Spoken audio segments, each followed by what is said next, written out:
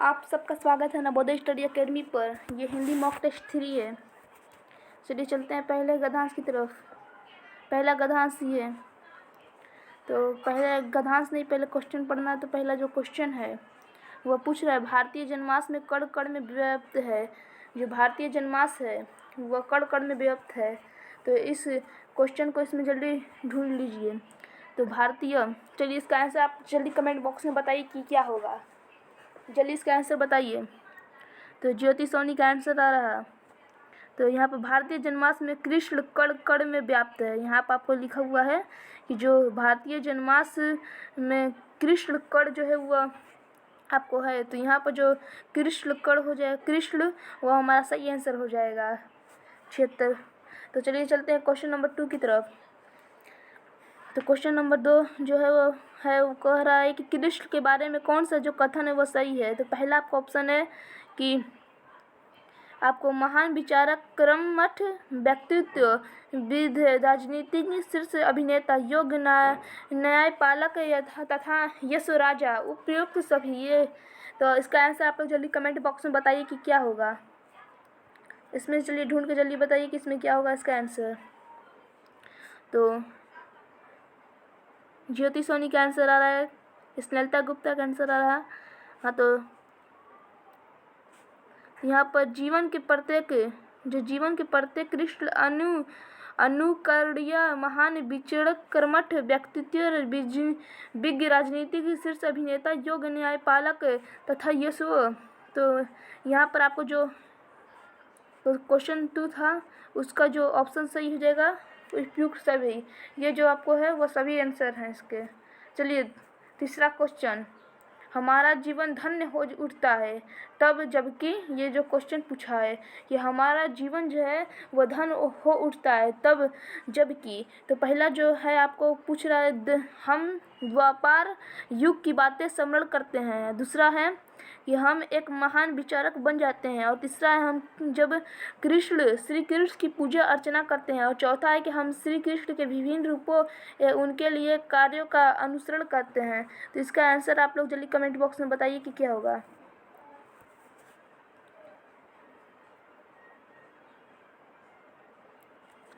घबरा कर मत आंसर करिए, आप लोग आराम से कमेंट में आंसर कीजिए।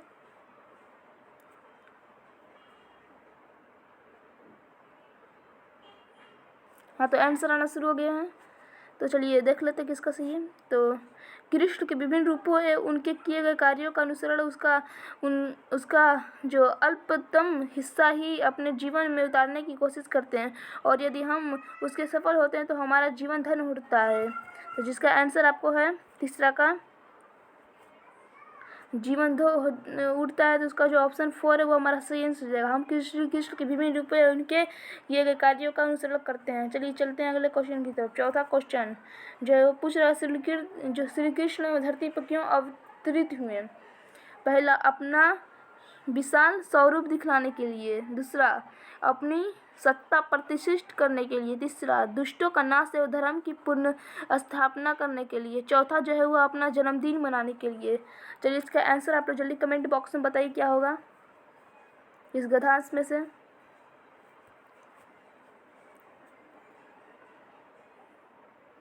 आंसर आना शुरू हो गया। ज्योति सोनी का आंसर आ रहा, देख लेते हैं किसका सही है।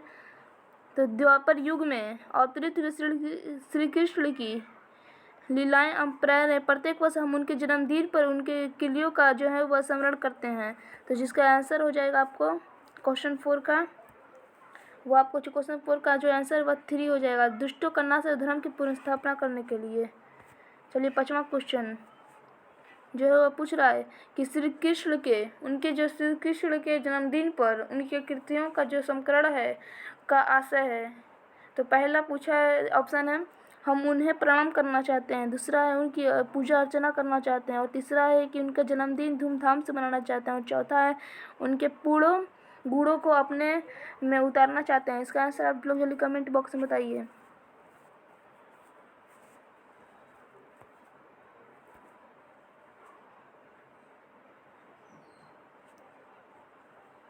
तो महर्षि वेद व्यास रचित गीता जैसे महाकाव्य में श्री कृष्ण ने कहा, जब जब धरती पर धर्म की हानि होती है तब अधर्म का प्रतिष्ठित होने की लगती है, तब दुष्टों का नाश एवं धर्म की पुनर्स्थापना के लिए मैं पृथ्वी पर अवतरित हुआ।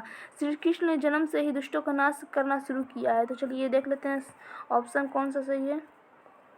तो जो पचवा का आंसर आप लोग को है वह हो जाएगा 4। उनके गुणों का अपने में उतारना चाहते हैं। चलिए गधांस ये 2 है। तो पहला क्वेश्चन, महात्मा ने जो है वह सेठ को किस प्रकार प्रणाम किया है। जो महात्मा है वो सेठ को किस प्रकार प्रणाम किया।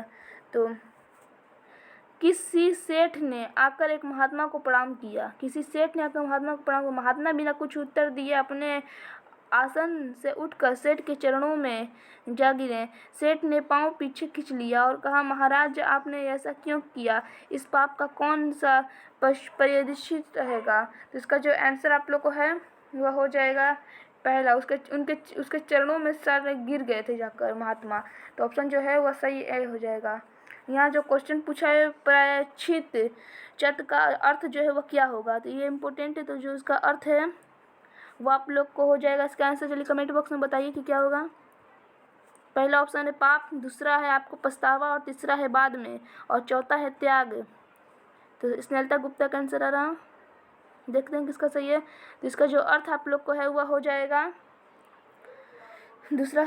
जो 7वां क्वेश्चन का जो है वह आप लोग को हो जाएगा दूसरा। पछतावा जो है वह इसका आप लोग को हो जाएगा अर्थ। तो चलिए चलते हैं 8वें क्वेश्चन की तरफ। तो 8वां क्वेश्चन है, महात्मा ने सेठ से क्या पूछा है। जो महात्मा हैं वह सेठ से पूछे हैं। तो देख लेते हैं।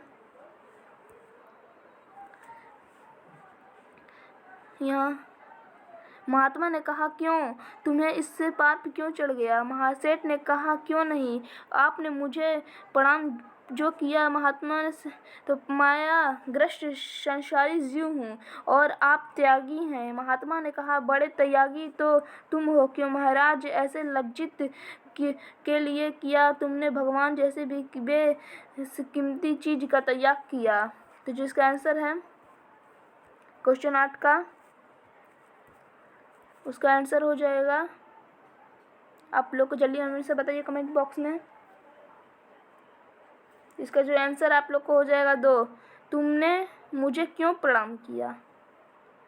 महात्मा ने सवाल जो पूछा है वो उन्होंने तुमने जो है वह प्रणाम क्यों किया। अगला क्वेश्चन, आंखें खुल गई का अर्थ है। जो आंखें खुल गई हैं उसका अर्थ पूछा गया है। तो पहला है नींद भाग गई, दूसरा है आंखों का मैल दूर हो गया, तीसरा है ज्ञान हो गया, और चौथा है इनमें से कोई नहीं। इसका आंसर आप लोग जल्दी कमेंट बॉक्स में बताइए। हड़बड़ी में मत दीजिए, सोच समझ के दीजिए। ये अर्थ पूछा है, ये गधांश में से नहीं, आप लोग को बताना है ऑप्शन में से। तो इसका आंसर जो है ज्योति सोनी का आंसर रहा। चलिए देख लेते हैं किसका सही है। तो जो इसका आंसर हो जाएगा आप लोग को 3, ज्ञान होना। आगे खुल गई का जो अर्थ होता है वो आपको ज्ञान हो गया। ऑप्शन जो 3 वो हमारा सही हो जाएगा। अगला क्वेश्चन, अंत में सेठ ने क्या किया। जो अंत में सेठ ने क्या किया, पहला ऑप्शन है महात्मा जी के पास से उठकर चुपचाप चला गया, दूसरा आंखें खोलकर महात्मा जी का गुणगान करने लगा, तीसरा महात्मा जी के चरणों में गिर पड़ा तथा ईश्वर प्राप्ति के लिए साधन भजन करने लगा, कि चौथा महात्मा जी के साथ जंगल में भाग गया। चलिए ऑप्शन में देख लेते हैं।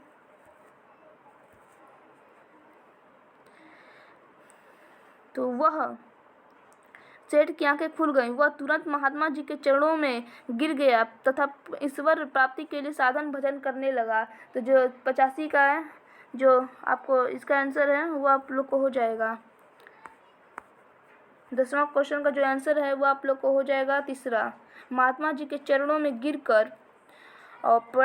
पड़ा तथा ईश्वर के प्राप्ति के लिए साधन भजन करने लगा। तो चलिए चलते हैं गधांश 3 की ओर। तो गधांश 3 का पहला और 11वां क्वेश्चन, तो अशोक सबसे अधिक प्रसिद्ध हुआ। जो अशोक है वह सबसे अधिक प्रसिद्ध हुआ। तो मौर्य राजाओं में अशोक सबसे अधिक प्रसिद्ध हुआ, मौर्य राजाओं में। तो इसका जो ऑप्शन है वह 2 हो जाएगा, मौर्य राजाओं में। दूसरा क्वेश्चन मतलब कि 12वां क्वेश्चन ये है, तो अशोक कलिंग को जीतना चाहता था क्योंकि वह, इसका आंसर आप लोग जल्दी कमेंट बॉक्स में बताइए पहला, उससे अपने राज्य में मिलाना चाहता था। दूसरा, कलिंग के महाराज से बदला लेना चाहता था। तीसरा, उसे शांति का पाठ पढ़ाना चाहता था। चौथा, एक इतिहास रचना चाहता था। इसका आंसर जो है आप लोग कमेंट बॉक्स में जल्दी बताइए। ज्योति सोनी का आंसर आ रहा है, स्नेहलता गुप्ता का भी आंसर आ रहा है।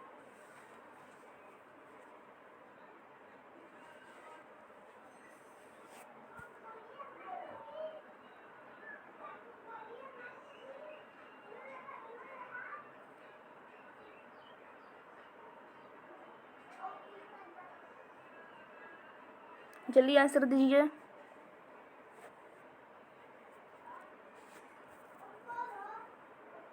अगर आपका कोई डाउट हो तो कमेंट बॉक्स में जल्दी बताइए।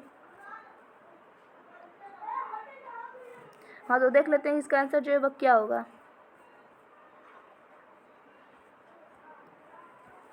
तो मोर राजाओं, तो वह भारत के महानतम शासकों में से एक था। जो वह है वो भारत के महानतम शासकों में से, क्वेश्चन क्या था? क्वेश्चन है कि अशोक कलिंग को क्या जीतना क्यों चाहता था।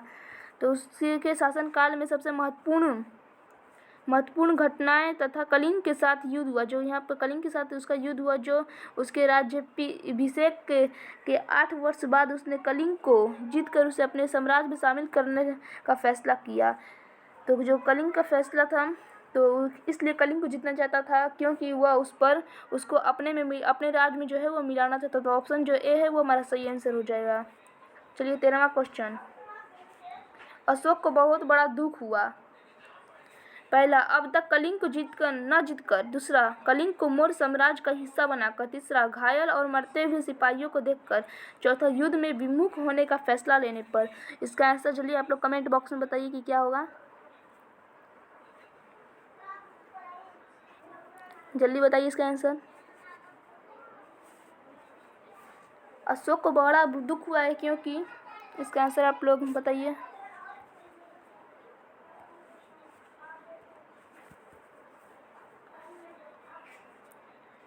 ज्योति सोनी का आंसर आ रहा, देख लेते हैं किसका सही है। तो जो इसका आंसर है वो आप लोग को हो जाएगा। कलिंग पर चढ़ाई की और जीत गया, पर दोनों ओर की सेनाओं की भारी हार नहीं उठानी। घायल और मरते सिपाहियों को देखकर अशोक को बहुत बड़ा दुख हुआ। देखिए यहाँ पर लिखा हुआ है कि घायल और मरते हुए सिपाहियों को।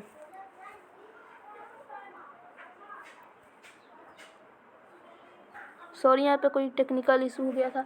हाँ, तो फिर यहाँ पर लिखा हुआ था आपको, घायल और मरते हुए सिपाहियों को देखकर अशोक को बहुत बड़ा दुख हुआ। तो चलिए,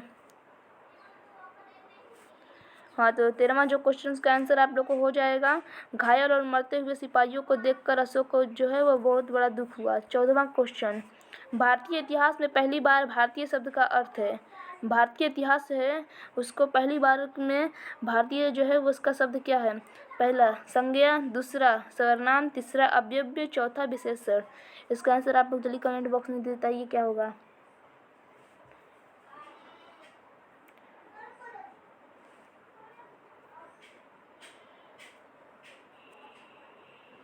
आंसर आना कमेंट में शुरू हो गया है।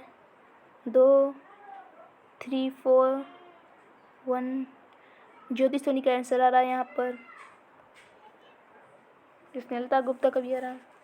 तो भारतीय जो है इसका आपको शब्द बताना है, जल्दी बताइए।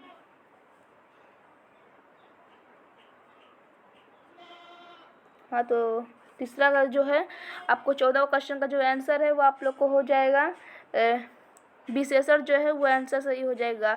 जो भारतीय है वो आप लोग को यहाँ पर विशेषण है। चलिए अगले क्वेश्चन की ओर चलते हैं।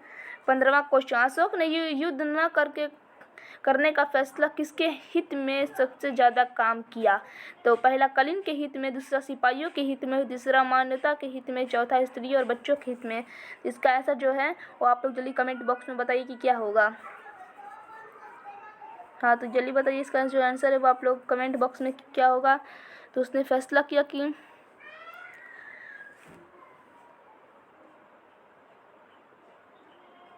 इसका जल्दी आंसर बताइए। हाँ, तो फिर यहाँ पर लिखा है, तब उसने फैसला किया कि आगे कोई युद्ध नहीं करेगा, बजाय इसका प्रारंभ वह प्रयत्न करेगा जो लोगों की समझाएगा कि वह शांतिपूर्वक रहे। उसके आगे के 30 साल के शासन काल में कोई युद्ध नहीं हुआ। कलिंग मौर्य साम्राज्य का एक हिस्सा हो गया। भारतीय इतिहास में पहली बार सुदूर दक्षिण के प्रदेश को छोड़कर लगभग सूचना समेत भारतीय महाद्वीप एक शासक अधीन हो गया। तो जो 15वां क्वेश्चन है, ये जो इसका आपको आंसर हो जाएगा 3, मानवता के हित में। चलिए, जो 14 गद्यांश जो 4 है, ये गद्यांश 4, ये आप सबका HW रहेगा। इसका आंसर आप लोग ऑफलाइन कमेंट बॉक्स में बताइएगा। ये 16, 17, 18, 19, 20 ये जो क्वेश्चन है, ये आप लोग कमेंट बॉक्स में इसका आंसर बताइएगा। और जो इसका आंसर बताएगा उसका कल नाम लिया जाएगा, कल की क्लास में इसका नाम लिया जाएगा। आप लोग जो सबसे पहले इसका आंसर बताएगा क्लास ख़त्म होने के बाद वाले कमेंट में, तो उसका कल नाम लिया जाएगा। ये 5 क्वेश्चन जो हैं गद्यांश 4 का, वो आप लोग इसका आंसर आप लोग बताइएगा। ये HW आप लोग का रहेगा। और जो ये है, और जो ये मॉक टेस्ट चल रहा है, ये सिर्फ 5 क्लास होंगे सबके। और इसके बाद आप लोग को मैथ की क्लास चलेगा, टाइम एंड डिस्टेंस वाले सब भी। तो फिर ये क्लास आपका यहीं तक ख़त्म हो जाता है। अगर वीडियो अच्छा लगा तो वीडियो को लाइक करें, शेयर करें, चैनल को सब्सक्राइब करें। फिर मिलते हैं अगले वीडियो में।